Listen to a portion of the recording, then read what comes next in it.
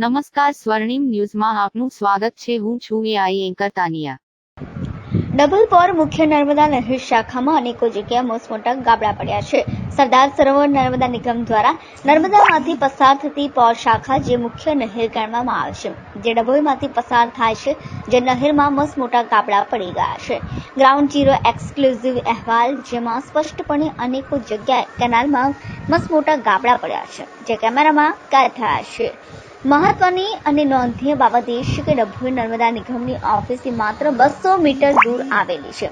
તો શું આ અધિકારી કે કર્મચારીઓને કેનાલ પર જઈ તેનું નિરીક્ષણ કરવાનો પણ સમય નથી કે ભ્રષ્ટાચારની પોલ ખુલી જાય તેનો ડર લાગી રહ્યો છે?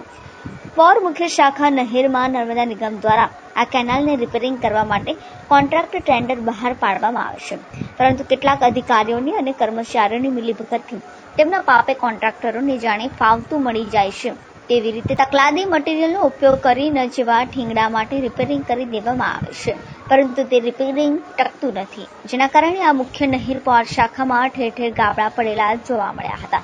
હવે આ કેનાલ તૂટી જાય તો જવાબદાર કોણ? કેનાલમાંથી અનેક વખત તૂટવાના કિસ્સા સામે આવ્યા છે અને ખેડૂતોના પાક પણ અનેક વાર બળી ગયા છે. નર્મદા નિગમનો આંધળો અને બહેરું તંત્ર ક્યારે જાગશે તે ખેડૂતોનો પણ એક મોટો સવાલ છે. રિપોર્ટ સ્વર્ણિમ ન્યૂઝ.